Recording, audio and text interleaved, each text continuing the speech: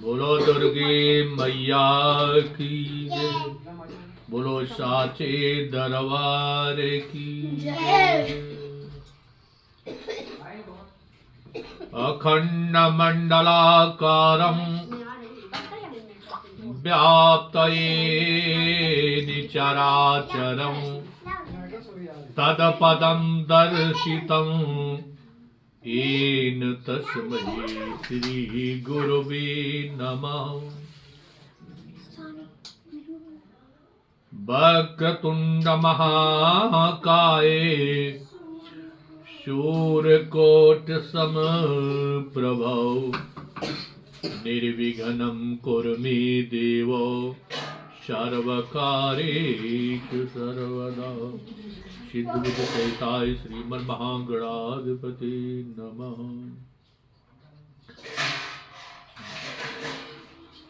माता को प्रणाम करते हुए, गुरु भगवान को प्रणाम करते हुए, सभी ऋषियों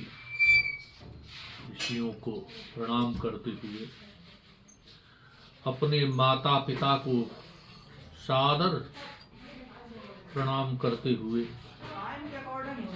विद्युत समाज को प्रणाम करते हुए, अतिथि माताओं एवं बहनों को प्रणाम करते हुए, आइए 2 बार भगवान का नाम लेते हुए, अपनी मन को शुद्धि करते हुए, इसके बाद कथा को प्रारंभ करते हुए, आइए 2 बार भगवान का नाम सभी लोग लें और अपनी मन की शुद्धि को करें।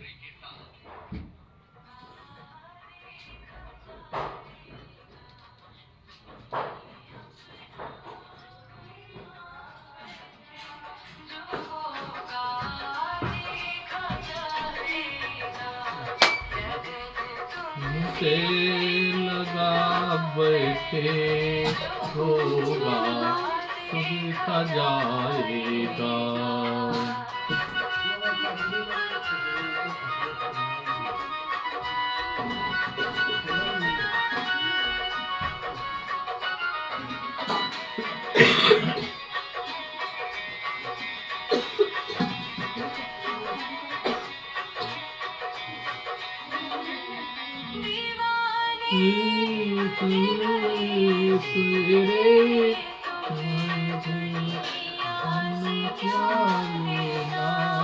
दीवाने बन गए तेरे, फिर दुनिया से क्या लेना,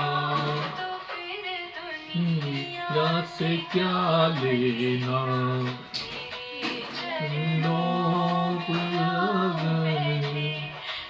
होगा तो खा जाएगा, तुमसे लगा बैठे होगा देखा जाएगा।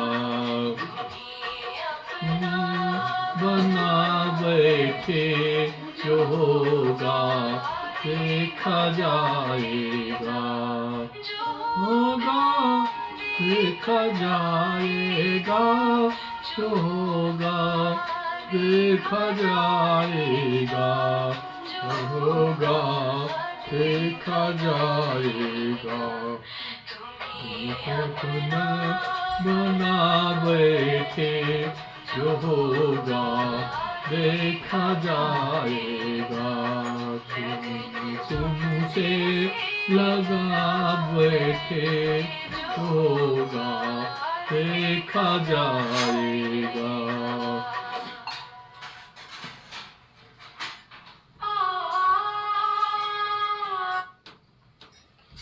बोलो गोविंद भगवान की जय। बोलो दुर्गी मैया की जय।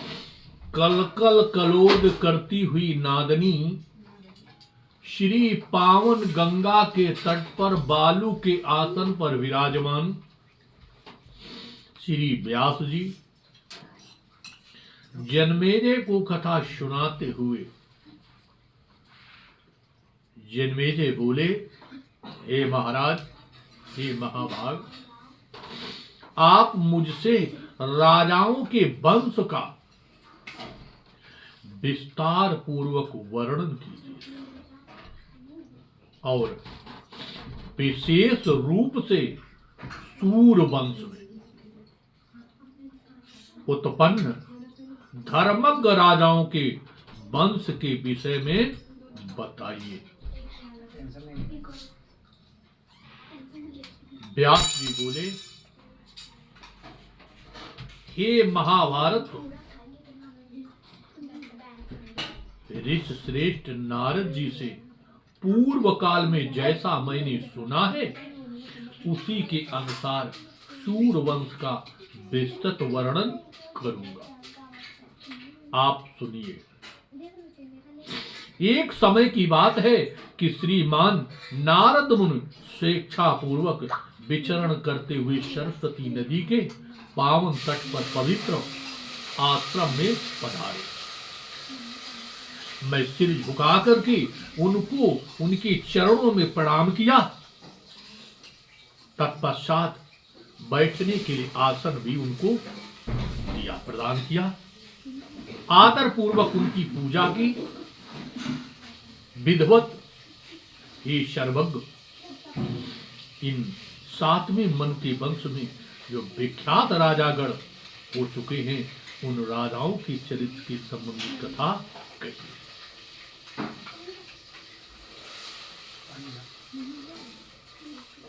अतएव हे ब्राह्मण, मैं विस्तार के साथ सूरवंश का वर्णन सुनने का इच्छुक हूं।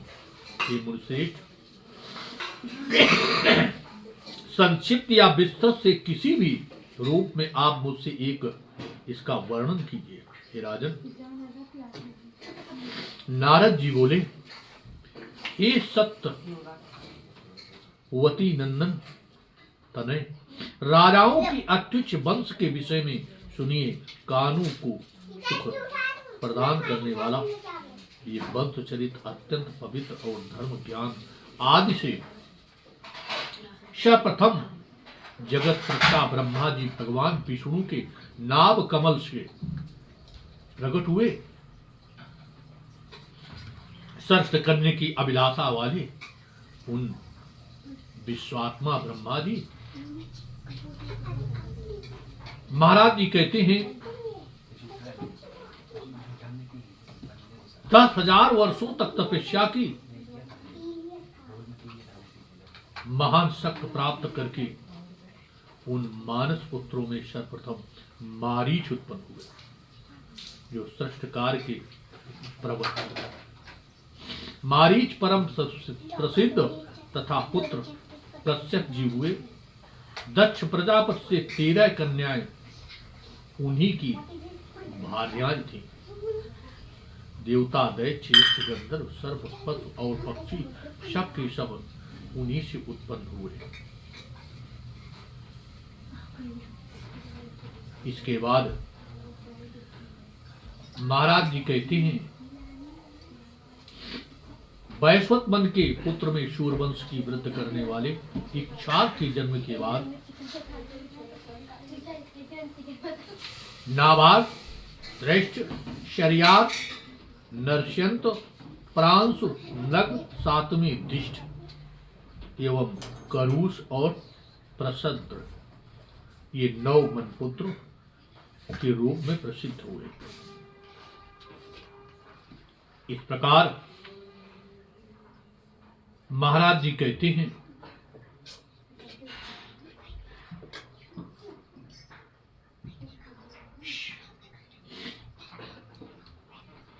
नाभाग के पुत्र अम्बरीश हुए।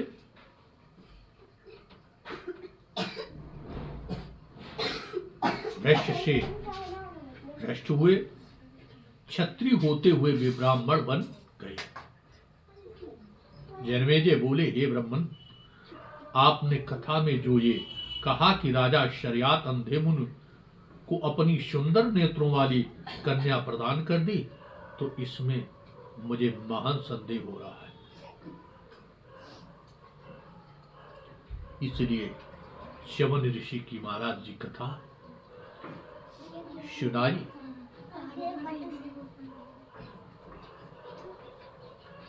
मुनि की कहने पर भी उसने उनकी बातें न सुनी। ये कौन सी चमकने वाली वस्तु है, ये कह करके उनसे मुनि के नेत्र भेद डाले। सुकन्या आश्रम में गई। च्यवन मुनि के चींटियों ने बांबी बना ली थी, केवल आंखें जुगनू जैसी चमक रही थी। उसमें एक कांटा उठा करके चुभो दिया, जिससे उनकी आंखें फूट गईं और च्यवन ऋषि का अपमान।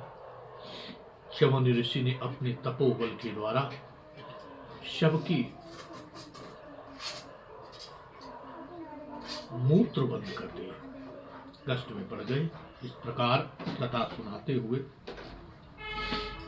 सभी संकट में सैनिक आदि याद पड़ गए। राजा शर्यात ने पूछा कि किसी ने च्यवन ऋषि का अपमान किया है, जिस कारण से ये दशा हो रही।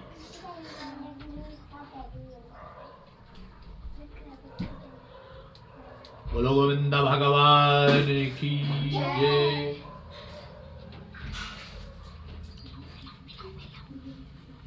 बोलो गोविंद भगवान की जय।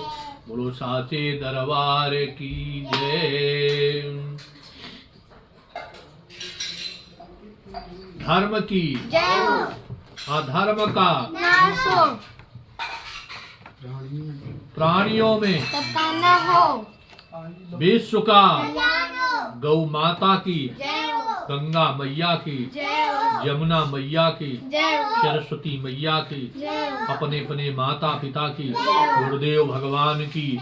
हर हर महादेव नमः। पार्वती पते हर